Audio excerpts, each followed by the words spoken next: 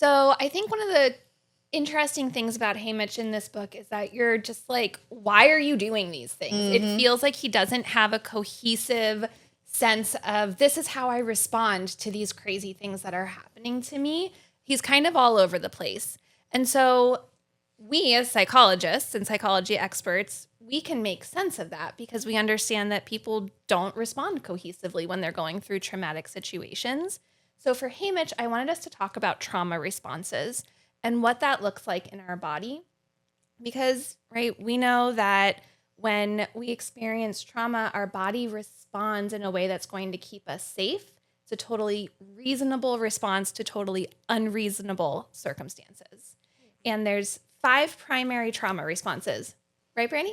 Yes. I'm going to start with sort of the 3, what I sort of consider the 3 primary, and then the 2 that additionally came on later.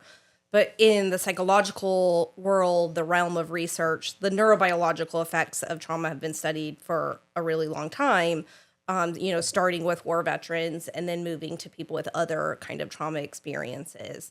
And usually these are very, very quick reactions in our brain. And so our brain takes in sensory information, like our thalamus or amygdala kind of starts working together to see, okay, how do I need to react? It takes a quick shot to the prefrontal cortex to decide, okay, what is going to be the most likely situation that is going to help me survive this traumatic experience. And so the primary 3 are fight, flight, and freeze. Mm-hmm. And so when fight happens, our sympathetic nervous system activates.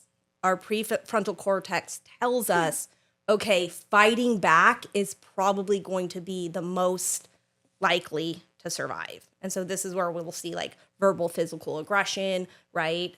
Punching, destroying things, any kind of fight response where it's like, I'm fighting to get out of this situation.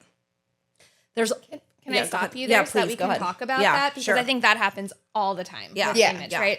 They're like literally put in this arena and told that you have to kill other people in order to survive. And so there's a few places that we see Haymitch really showing that fight response. And I have them written in my book. Of course she does. You know what?